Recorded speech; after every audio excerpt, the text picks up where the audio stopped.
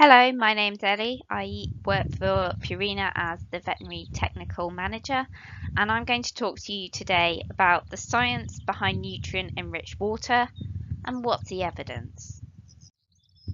So, I think in order to do that, really, we just need to have a quick look, first of all, at hydration in cats and what we mean by hydration. So, hydration refers to the physiological state of balance of fluids within the body, and the water requirement of cats is very much directly dependent on their water losses. Water losses are going to primarily occur through the urine, so that is by far and away the main route of water loss. Also, however, smaller amounts of water may be lost through the respiratory surfaces and skin and through the saliva and feces. Now, the main mechanisms to compensate for fluid loss and to prevent dehydration really rely on thirst activation and urine concentration. And hydration is going to be a delicate balance between water losses and water intake. Thirst activation will result in drinking water to restore water balance. Urine concentration is activated particularly during prolonged water deprivation and will help to retain body fluids. So, hydration in cats. Why can it sometimes be seen as a challenge? We know that cats have evolved as desert dwellers. They actually have a phenomenally high urine concentrating ability, and they are considered to be poor drinkers. And one of the reasons for this is whereas thirst would be activated pretty early on in a dog if they were experiencing suboptimal hydration. In cats, they will tend to concentrate their urine before they activate their thirst mechanisms.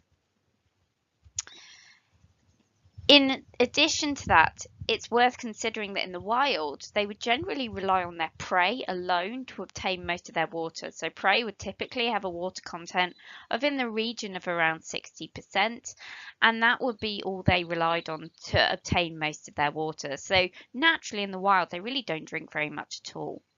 Now, domesticated cats have continued to retain this behaviour in many respects, and we know from studies we've done and some of the things that I'm going to mention as we go on during this presentation that domesticated cats tend to respond to eating food that's low in its moisture content, so for example dry foods, by increasing their urine concentration rather than by drinking more. And when cats do become dehydrated, we do believe that they may be slow to initiate drinking. They're also pretty inefficient drinkers, so they can't create suction with their tongues like dogs can, and each lap of water consumes only about 3/100ths of a teaspoon of water. And behaviour can also have an influence. We know that cats do sometimes feel quite vulnerable when they're drinking from a water bowl. They can be particularly picky about the presentation, the taste of the water bowl, the size and shape of the water bowl, and all of those types of things that may have an impact on their intake of water. So hydration in cats generally, I think it can sometimes be quite a challenge in practice. So there are two main methods that we can use to calculate water intake requirements in cats. The first is on a body weight basis, so millilitres of water per kilo of body weight.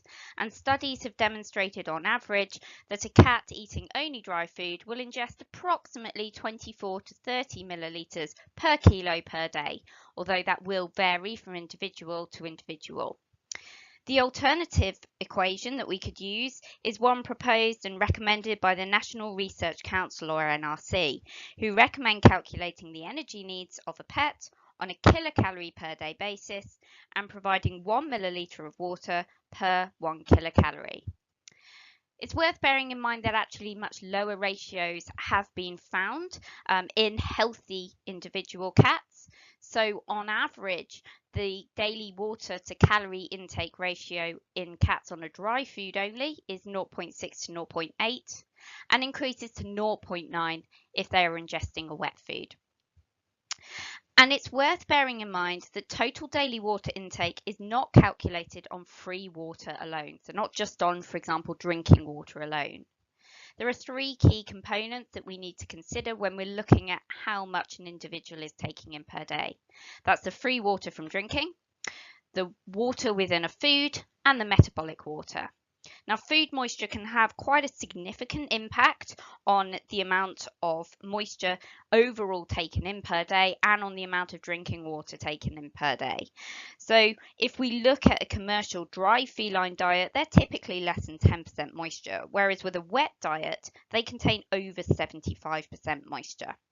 And we know that cats fed a commercial wet diet will still drink some water, although it will be much less than those on a dry diet, although they will actually take in overall a greater moisture amount.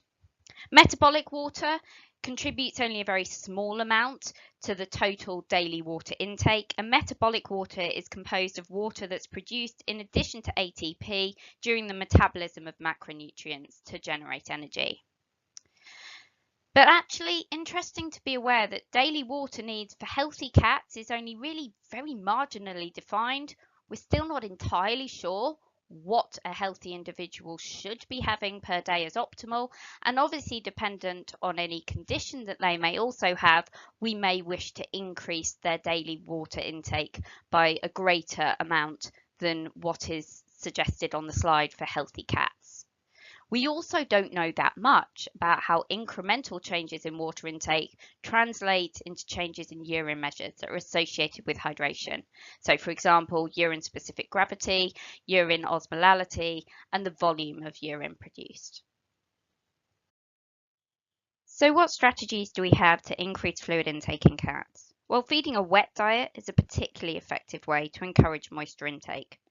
However, for maximum benefit, we would recommend that an entirely wet diet is fed. Interestingly, studies have demonstrated that feeding a diet with a ratio of 1 to 3 or even 2 to 3 wet to dry food has no significant effect on the urine volume or the specific gravity of the urine, and that feeding a mixed diet, although it increases the total water consumption by the cat overall, does not appear to affect total body water in a meaningful way. Soaking a dry diet is an alternative for those cats that won't accept a wet diet, but you are going to need to soak it with rather a large volume of fluid in order to have impacts on hydration, and that is not particularly well accepted by many cats. We can also look at increasing sodium content of a dry diet or encouraging intake of drinking water. And there are various different methods that are recommended routinely in practice to try and encourage intake of drinking water in cats. So that may be experimenting with running water, so things like water fountains. It might be considering the type of water bowl that's offered, the placement of those water bowls, potentially adding flavouring to the water. Whilst routinely recommended, it's worth being aware, however, that we really don't have much evidence at all that that has a significant impact in terms of the amount of fluid that the cat takes in overall, or impacts on the overall hydration of the cat. And then finally, looking at hydration supplements, that's what the rest of today is really going to focus on. So what are hydration supplements, or what am I referring to when I use that term?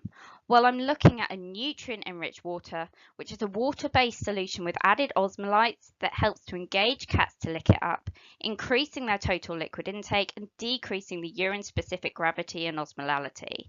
And there are now several studies behind this nutrient-enriched water that support its use to potentially increase hydration in domesticated short-haired cats.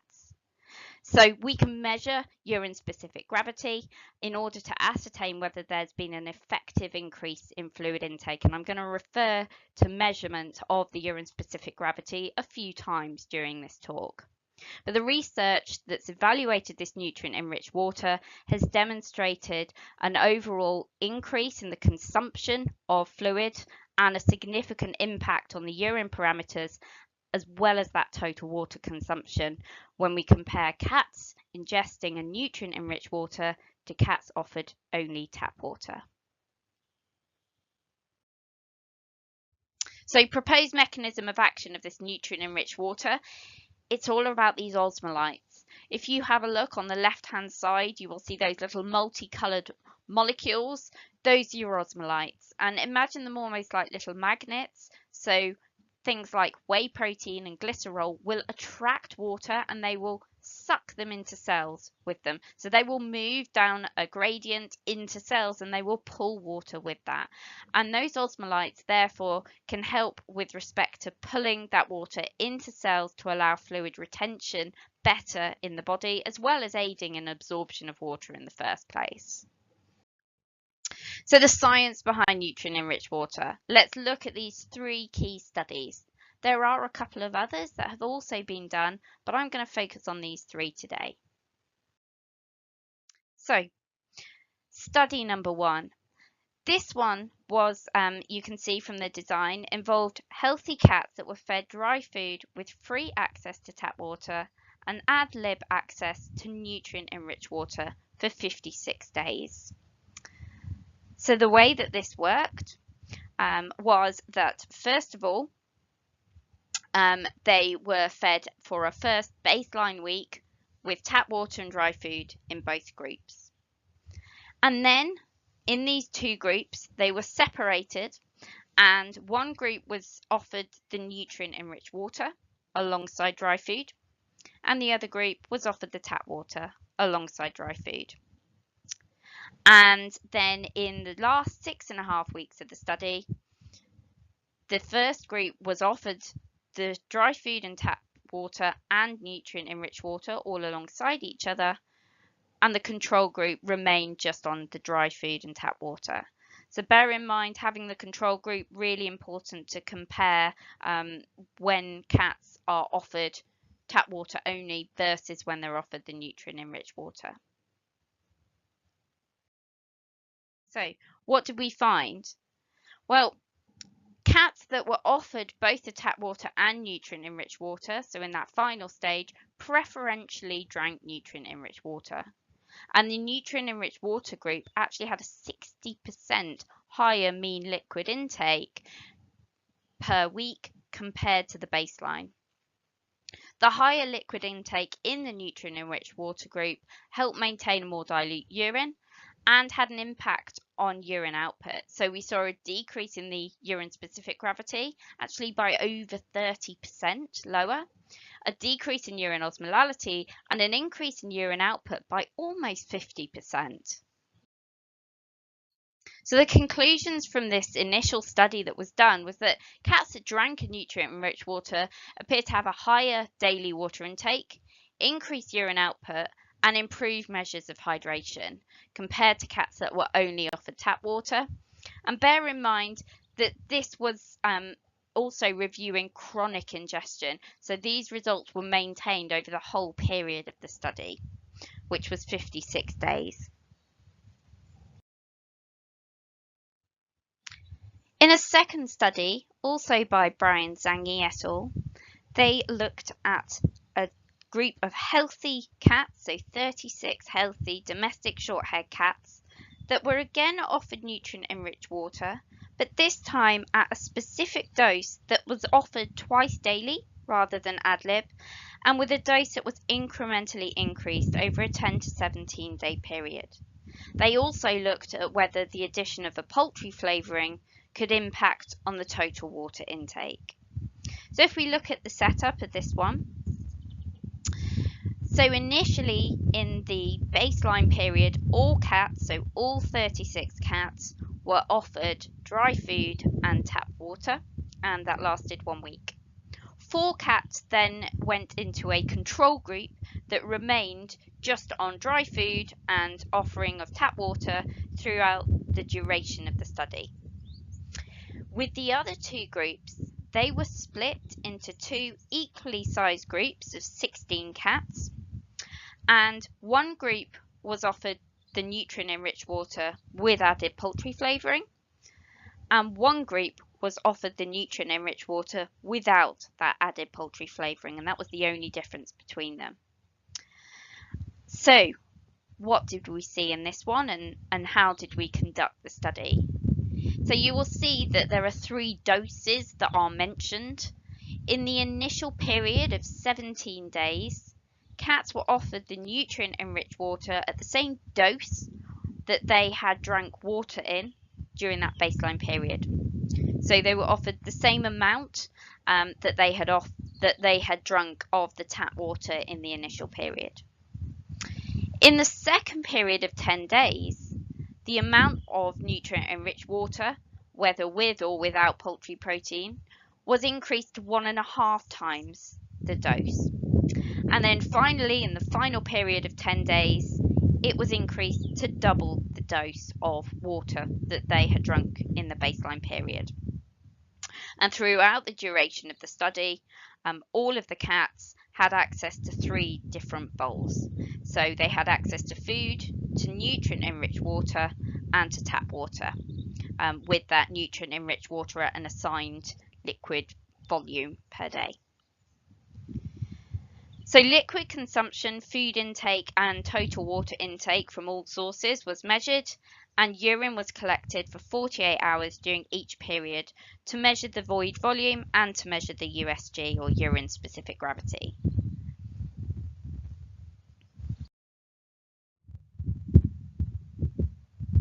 So the results of this study demonstrated that in comparison to the liquid consumed during the baseline period, where they were offered only water, nutrient-enriched water group cats that had the added poultry protein increased their liquid intake by 18% during the initial 1 times dose period, 57% when offered 1.5 times the dose, and 96% when offered double the dose. So we could see that they were incrementally increasing the volume that they drank as they were offered more and more nutrient-enriched water. We also found that the nutrient-enriched water cats that didn't have the added poultry protein demonstrated similarly an increased liquid intake at all doses. But at all of the doses that were offered, the poultry protein added into that nutrient-enriched water appeared to be preferable.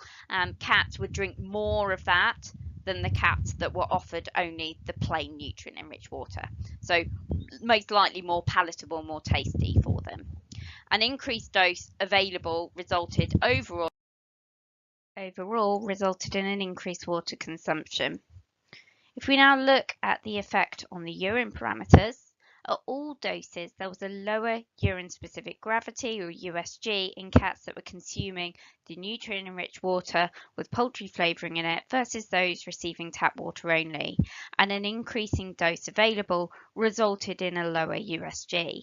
And that's demonstrated in the graph on the right-hand side. So you can see in the baseline period, both those cats receiving tap water only that consistently remained on tap water throughout the whole study, and those cats that started off with tap water in the baseline period and then moved on to the nutrient-enriched water with poultry flavouring, had quite concentrated urine during that period. So we're looking at around a 1.05 or above in terms of the USG. However, the pale blue column then shows you the nutrient-enriched water with poultry flavouring group, and you can see that as an ever increasing dose of that nutrient-enriched water was offered, the USG decreases consistently through the 3 periods as the cats drank consistently more. So it correlated with that increased water volume being drunk overall. And you can see that by the final period, where cats were offered double the dose, USG was actually down to around 1.02. We also had a look at the average urine void volume, and that was increased during the course of the study as cats drank more. So the conclusions of this study were that increasing the volumes of either nutrient-enriched water or nutrient-enriched water with poultry flavouring led to an increased free liquid consumption and was associated with greater urine output and dilution as measured by the urine-specific gravity. We saw that increasing the dose resulted in an ever increasing amount of nutrient-enriched water that was drunk by these cats, and if there was poultry flavouring in that nutrient-enriched water, it appeared to be preferred and it increased the overall volume that was drunk during the course of the study. So a final study conducted by Brian Zangi's team in 2019 looked at something slightly different. So this looked at the acute ingestion of liquid, and it was undertaken in 53 domestic short-haired cats that were having a routine dental cleaning that required an anaesthetic in clinic. So this looked at offering either a nutrient-enriched water prior to the anaesthesia around 2 to 3 hours before, or tap water. 50 millilitres was offered in both cases, and in the group offered the nutrient-enriched water, which consisted of 14 cats, they on average drank 42 millilitres of that, in comparison to the 2.8 mils taken in by the 39 cats that were offered tap water alone. We measured total body water in this study. There was a measurement of blood pressure, serum biochemistry, and osmolality. These measures were taken 2 to 3 hours prior to anaesthesia to act as a baseline, and they were also taken immediately prior to anaesthesia and immediately after the dental procedure. What was found during the study was that the cats that were offered the nutrient-enriched water before the anaesthesia showed a significant increase of around 0.9% total body water prior to the intervention. And after the dental cleaning, if they had that nutrient-enriched water prior to the cleaning, they actually were equally hydrated compared to cats that were offered tap water prior to the procedure and then given IV fluids during the anaesthesia. And they were better hydrated than the cats that had been offered tap water prior to anaesthetic and not received IV fluids throughout.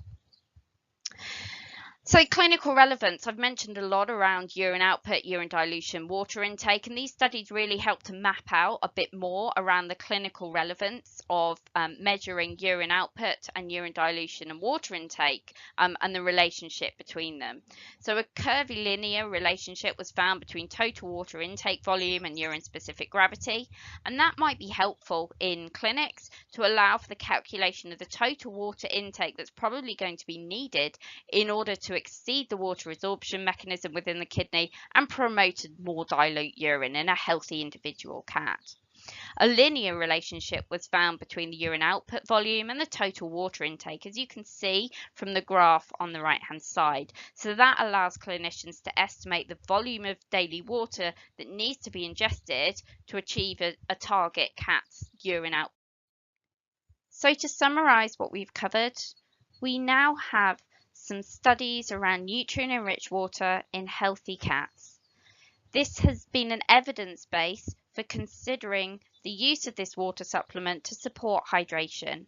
And studies have also increased our understanding of cats' water needs, how daily water intake can impact on various aspects of hydration and the associated physiological parameters, particularly things like urine specific gravity and urine volume.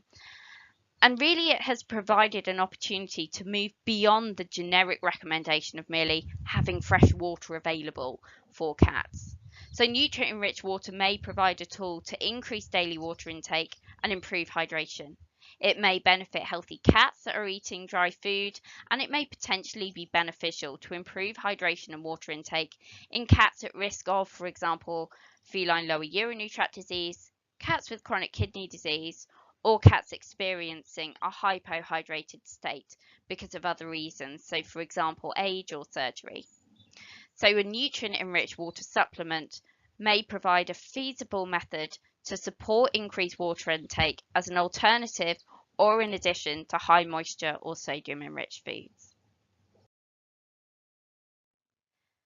There is now a commercially available product that is based around this nutrient-enriched water, and this is the ProPlan HydroCare.